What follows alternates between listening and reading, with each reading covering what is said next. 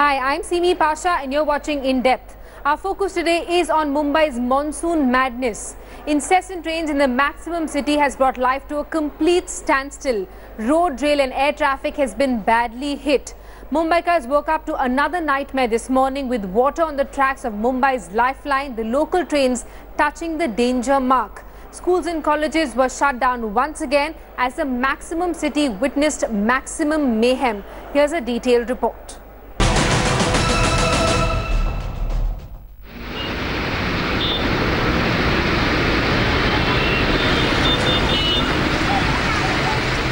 Flooded roads turn into swimming pools in Sion. Water gushing down the steps of Thane railway station with railway tracks completely submerged. People wading through knee-deep waters. This is the story of maximum city's maximum neglect.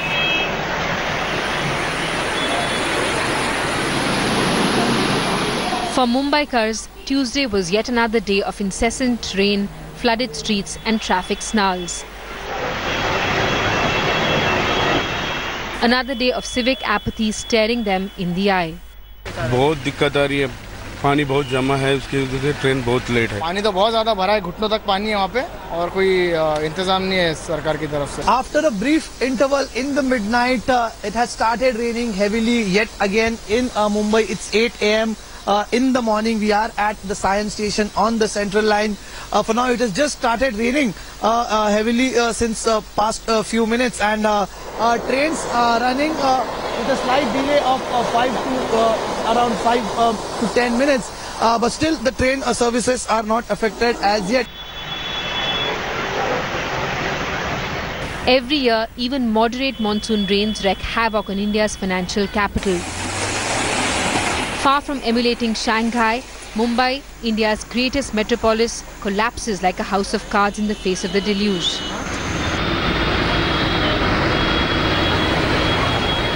Year after year, it sinks under the weight of waterlogged roads, submerged railway tracks and a civic authority that many say has run out of ideas. We are right now near the Andheri subway, and right here, the subway has started to fill up with rain that we had seen in the last couple of hours.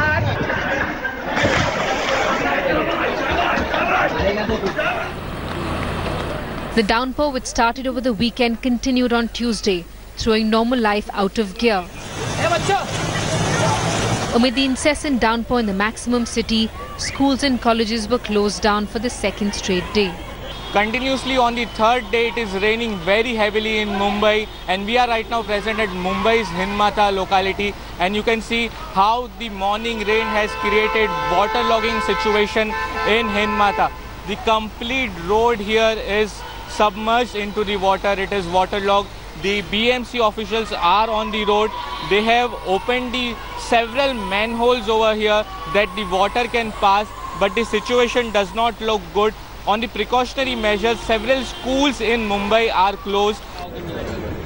Mumbai's pervasive dabbawalas, who feed lakhs of Mumbaikars every day regardless of rain, sun or drought, suspended their work on Tuesday.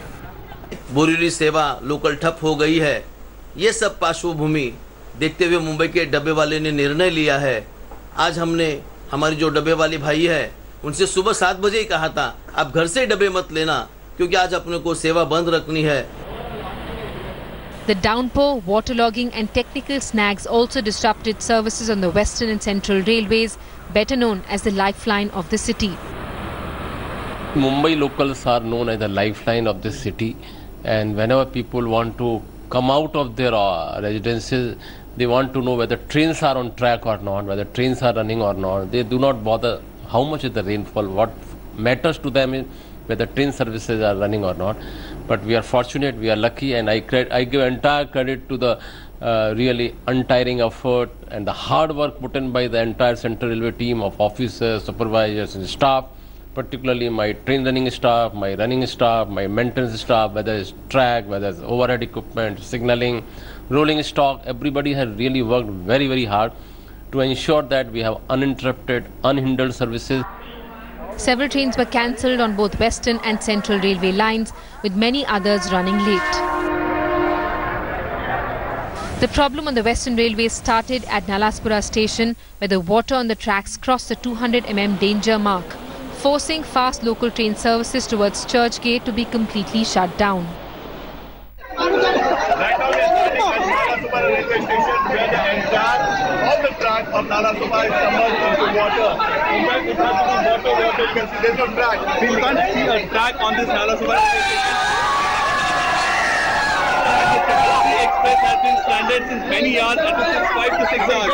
And you can see the travelers here, the people who are traveling from Mumbai to Ahmedabad or towards Delhi, they have been stranded badly and they don't know where the water will come out from this track and where the train will start.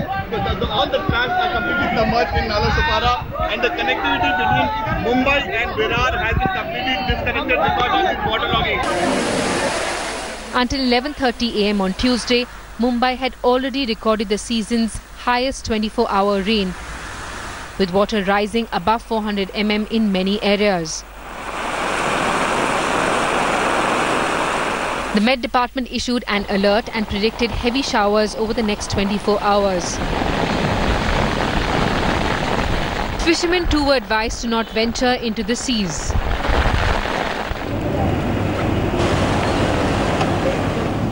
As Mumbai was brought down to its knees once again, angry locals blamed the state government and the BMC for failing the city and its people. As heavy rains ravaged Mumbai, the spotlight is back on the apathy of Mumbai's civic body. 1 month ago, an 8-year-old boy who had been traveling on a bike with his parents died after the bike run by his father lost control due to this pothole. The same thing happened on Saturday when Manisha was traveling with her relative Arun Padwal on a bike, and the bike lost control. The bike slipped. Manisha fell down and she was run over by a truck that was passing from behind. We are here with some people, some locals who are addressing the same issues, same complaints. Sir ये बताइए कि ये जो gap है यहाँ पर अभी आप देख रहे हैं केडीएमसी ने काम करके इसको भर दिया है, 2 लोगों की मौत हो गई, उसके बाद भरा है।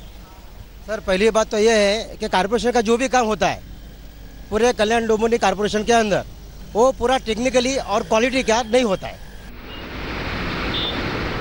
BMC happens to be the richest civic body in the country, boasting of an annual budget of over 27,000 crores.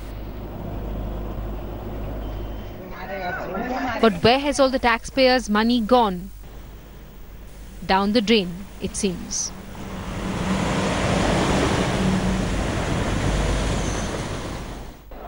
Are Mumbai floods a man-made disaster?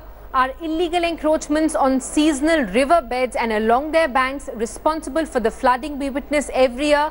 The answer perhaps is yes. We now bring you the story of Mithi River in Mumbai, recently accorded the status of one of India's most polluted rivers. The river, which is supposed to carry excess rainwater to the sea, and surrounding mangroves which can actually hold this excess water, are being destroyed. The reason? Encroachments and dumping of tons of household and industrial waste into the river every year. Is the government then really to blame for Mumbai's monsoon mayhem? Vidya gets us this detailed report. A river that could have come to the rescue of the maximum city during monsoons, reduced to a clogged sewage line. Plastic bags, garbage, sewage and industrial waste clogged the Mithi River along its 18-kilometer stretch. Encroachments and illegal construction along its bank eat into the mangroves that could have saved the river from getting silted every monsoon. The question on everyone's mind: can proper management of the Mithi River and other stormwater rivers save Mumbai from its annual monsoon flooding? The Mithi River originates in the hills of the Sanjay Gandhi National Park. It gathers water from the discharge of Tulsi, Vihar and Powai lakes. It then flows along cramped slums at Morarji Nagar, Bhimnagar and Dharavi, runs through industrial and residential complexes in Powai, Sakinaka, Kurla and Mahim before finally draining into the Mahim Bay and into the Arabian Sea. This wouldn't have been the story every monsoon if the state government and the BMC had channelized their energy into working out an effective stormwater drainage system for Mumbai. Experts say that excess water from the streets can be channelized into stormwater rivers such as Mithi. But the river sadly has been clogged with urban and industrial waste. According to a latest report released by the Environment Ministry, Maharashtra is home to 161 out of 650 towns along polluted rivers. 49 of 302 polluted river stretches lie in Maharashtra. Maharashtra's most polluted rivers include Mithi, Godavari, Bhima, Tapi, Ulhas and Kundalika. Despite the Union Environment Ministry recognizing Mithi as one of India's dirtiest rivers, the administration seems to be living in denial. Officials working with the Mithi River Development and Protection Authority claim that they have been able to increase the river's holding capacity 2 times over a period of 13 years. But that clearly hasn't solved the river's woes. Budget is not a constraint. Let me assure you that both MMRD and MCGM are committed, as well as the government is committed to rejuvenate this river. And the expenditure, as you said, about 600 crores, about 350 is on the bridges. The balance is for laying the sewer line. And in the next 1 to 2 years, I see all the projects are getting to finality and completion, and you will see the Mithi river of your dreams which are seen. The polluted river and destruction of mangroves along its banks was cited as one of the primary reasons for the 2005 deluge in Mumbai. As torrential rains hammered the city for 4 days, lakes began to overflow into the Mithi. Clogged with garbage and sewage, the river couldn't bear the load. Instead of flowing downstream along its course, the floodwaters seeped onto the streets along with gallons of waste. 13 years and 1,200 crore rupees later, the situation on the ground hasn't changed much. और जरी सी बारिश होती है आधा घंटा तो पूरे घर घर में पानी चला जाता है और पब्लिक क्या है, बेचारी गरीब पब्लिक इधर की है, अपना घर बार भी नहीं बनाती है. आपको मालूम है कंस्ट्रक्शन का काम चालू है, तो इसलिए पब्लिक काफ़ी परेशान है. Environmentalists say that the river and its ecology can protect Mumbai from torrential floodwaters, but unfortunately Mithi has never been recognized as a river. Mumbai has never acknowledged the Mithi river to be a river. It's always been a nala, always, which is really sad, because the Mithi plays such a crucial role. 50 meters by 18 kilometers on both sides of the river has to remain free. Money is clearly not a problem with the BMC and the River Revival project. But the pace of work makes one wonder if the project is really a priority for our elected representatives. Environmentalists blame political apathy for the monsoon madness. It is very surprising statement कि only STP which is comes, even though they are talking about the 2025. What about the slums and the small-scale industry who discharging their sewer directly to the river tributaries and the rivers? On paper, there are several plans made, but lack of implementation means that rivers like Mithi continue to deteriorate, leaving us with more sewage drains than freshwater stocks and flooded cities. In spite of all the efforts, Mithi River still looks as a drainage pipeline. If you look at Mithi around Bandra and especially where it meets the Mahing Creek, you can't but miss this entire river because of the stench that emanates from it. And looking into it, the MRDP, that is the Maharashtra, the Mithi River Revival Committee, has now said that it will take another 600 crore rupees and 2 more years for this entire Mithi River revival to really be complete. With cameraman Hemant in Mumbai, Vidya for India Today. Mumbai isn't the only city that has been exposed to flooding and decay because of poor city planning and encroachments. The Comptroller and Editor General of India released a report on Tuesday morning blaming the Tamil Nadu government for the 2015 Chennai floods. The floods that claimed more than 347 lives and rendered lakhs homeless were reportedly caused because the state government refused to pay heed to repeated warnings issued by experts. As the AIA-DMK government battles charges of unleashing a man-made disaster on Chennai, the opposition has lashed out at the previous Jaya government. Take a look.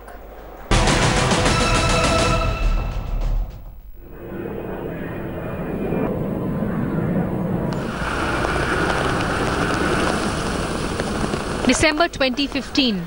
It seemed like the city of Chennai was drowning.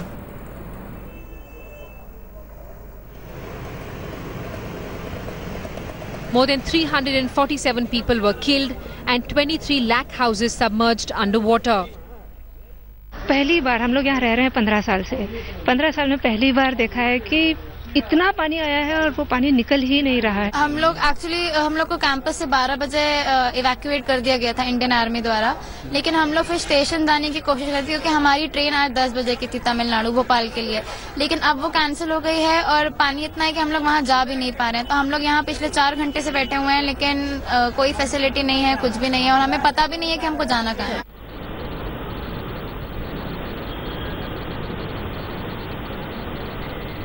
Three years on, the Comptroller and Auditor General of India has called the floods a man-made disaster. Releasing its report on Tuesday, the CAG squarely laid the blame on then Jaya government for ignoring repeated warnings. The CAG report claims that despite recommendations, the government did not install an early flood warning system.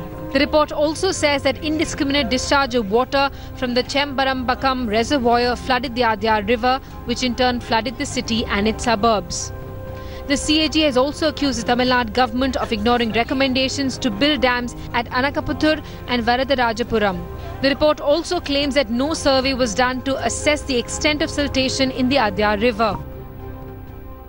In countries lo kuda appo USA la irundhu adhe pola vandu matra ella naadu valanda nadugal ange vandu oru perumala venjana samalika mudiyama kashapattirukanga ipo kuda China la vellathila ethana per settanga. All this doesn't come as a surprise to the DMK. This government has been a government which had acted upon like a neo-East India company. It is interested only in its own welfare, in the welfare of its ministers, in staying in office. This, if it lasts, will bring not only an environmental disaster to this state, but this state will go to the dogs if it hasn't already under this administration.